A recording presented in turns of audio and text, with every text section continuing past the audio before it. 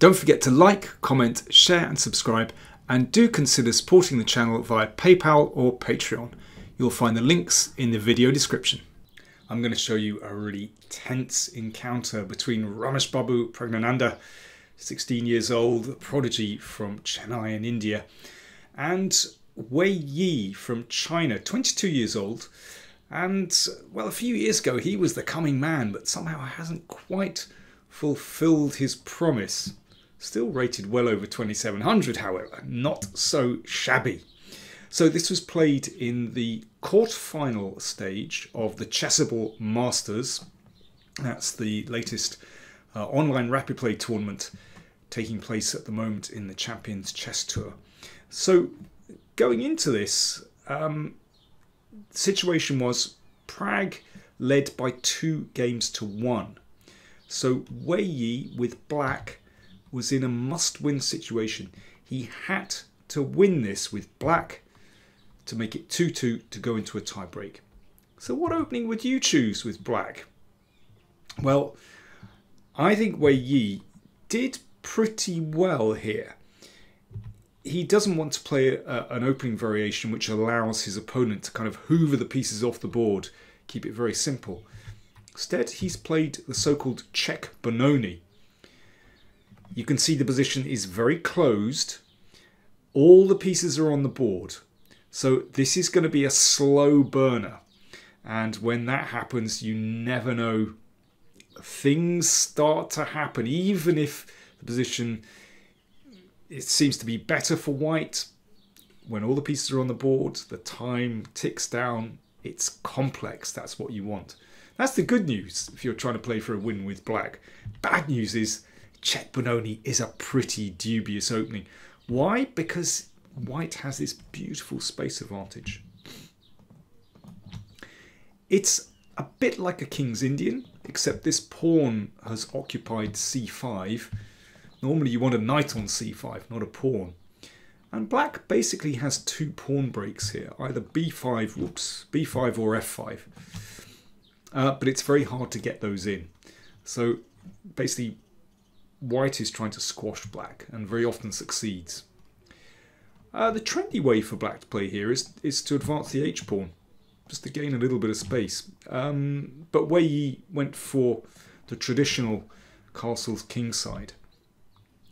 And as I said, very much like a King's Indian, but white doesn't have to commit the king yet. Instead, you concentrate on squashing black. So a4 firmly prevents the pawn break b5. And if black attempts to play f5, well, g4, f5 is going to have consequences because that will open up black's king. I mean, there is a question about what white is doing with the king as well, but when you have space, you don't need to worry too much, and it's closed at the moment. So knight e8, the knight prepares to come into here. Bishop d3. Now, this move, knight f6, is a little bit confusing, but basically it means that often that knight will drop, after king h8, will drop back to g8 to cover the h6 square, and then you go for f5. It's just sort of one more defender by the king. Also means the bishop can actually develop on d7, and then possibly you go for b5 later on.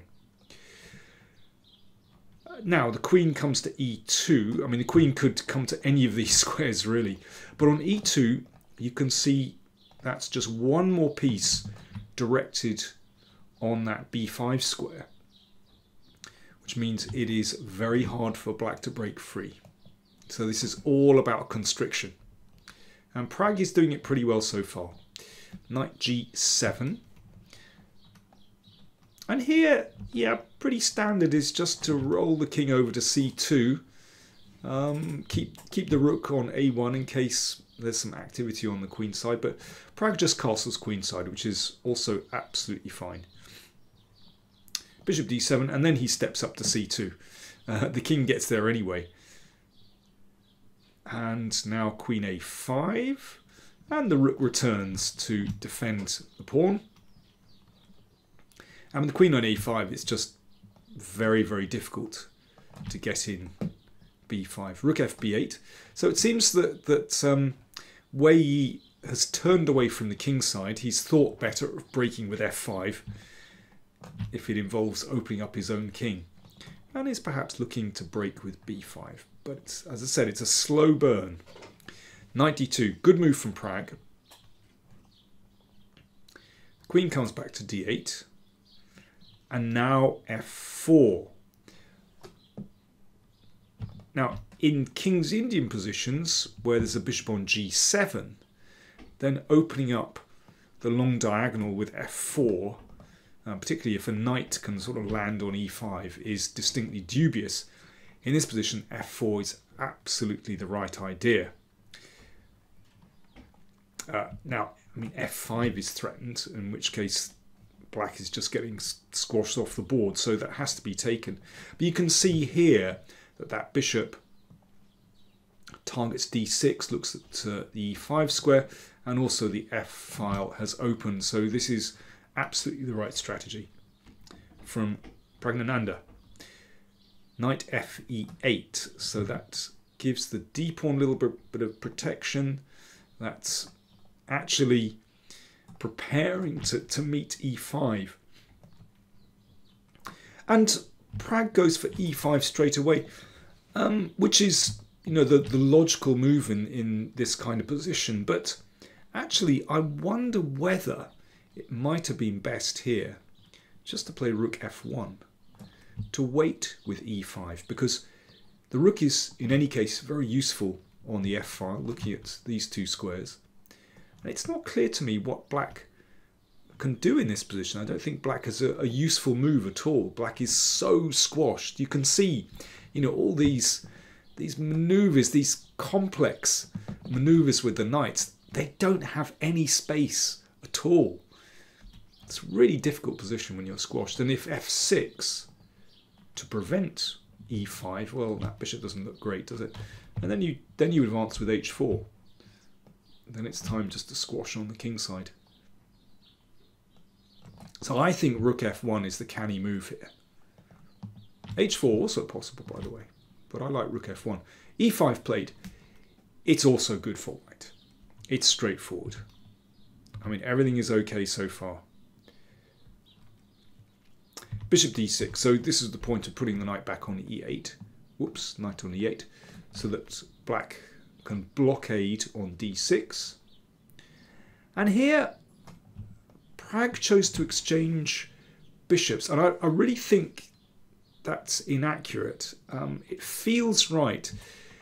But, and the reason is because after this exchange, you can see it allows this knight to come back in the game, and the knight is actually quite well placed there.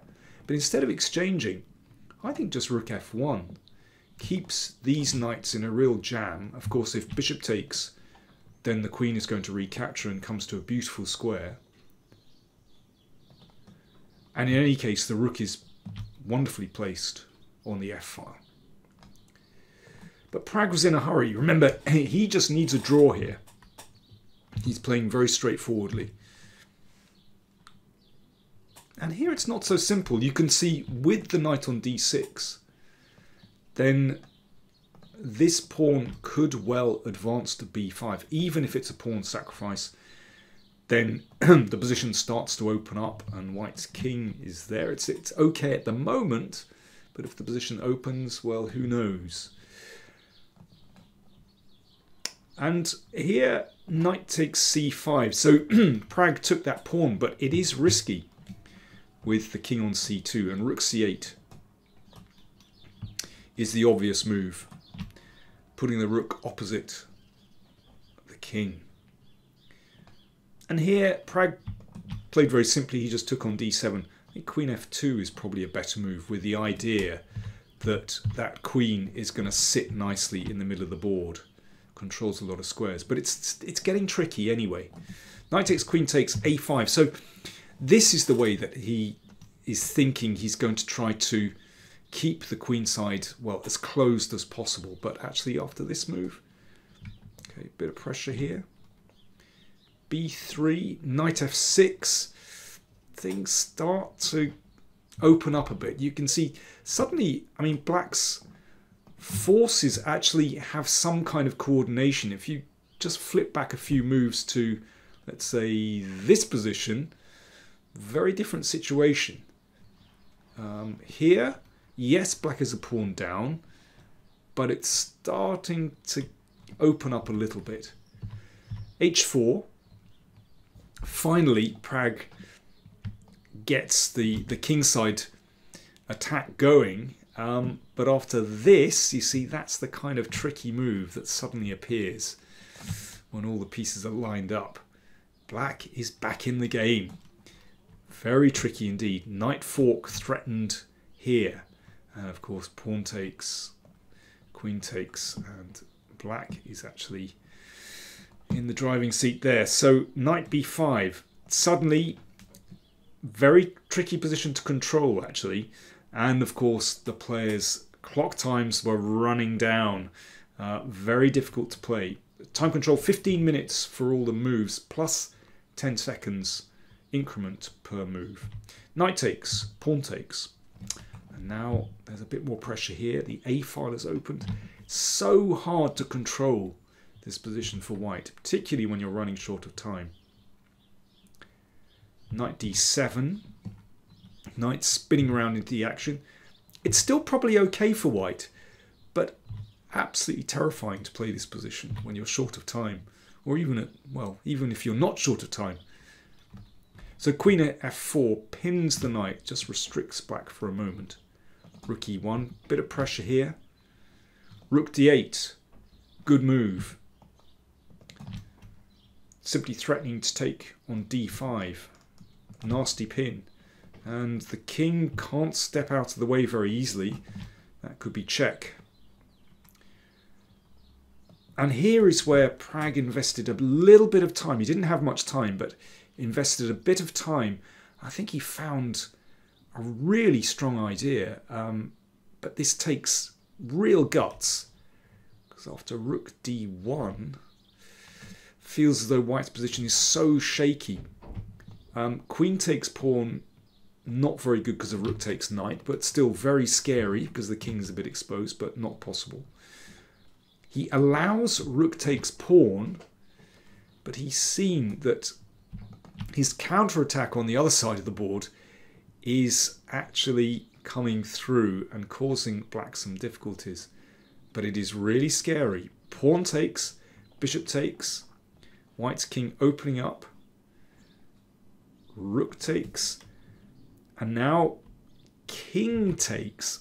Really scary. The king is wide open. That's what Pragg spent a bit of time analysing, because it could be that, you know, this spells immediate disaster for white, but actually white can get away with it.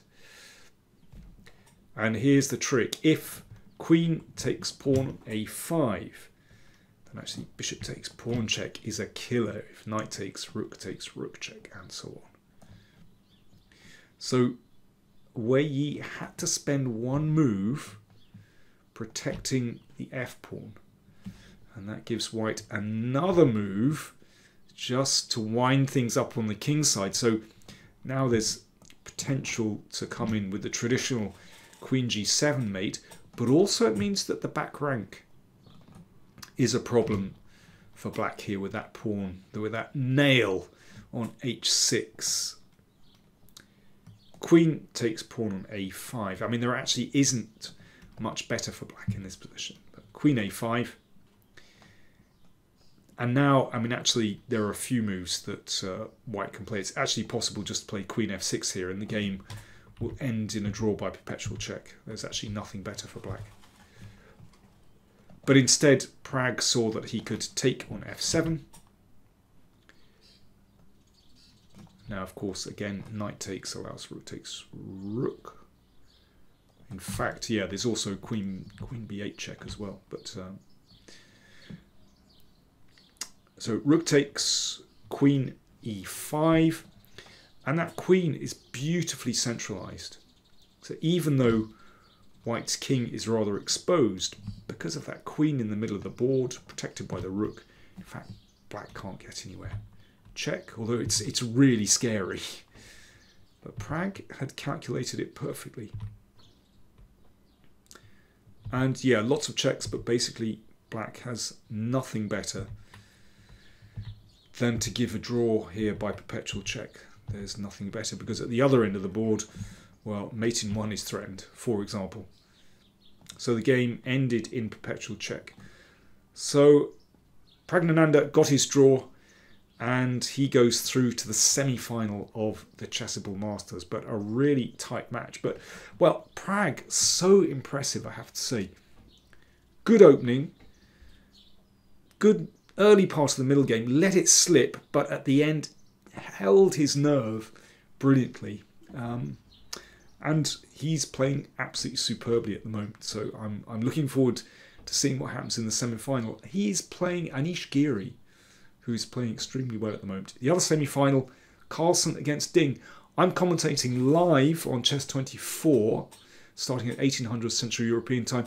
Do join me. It's Chessable Masters. My Kalashnikov course is on sale again. Do check it out. I'm really proud of it. Thanks for watching.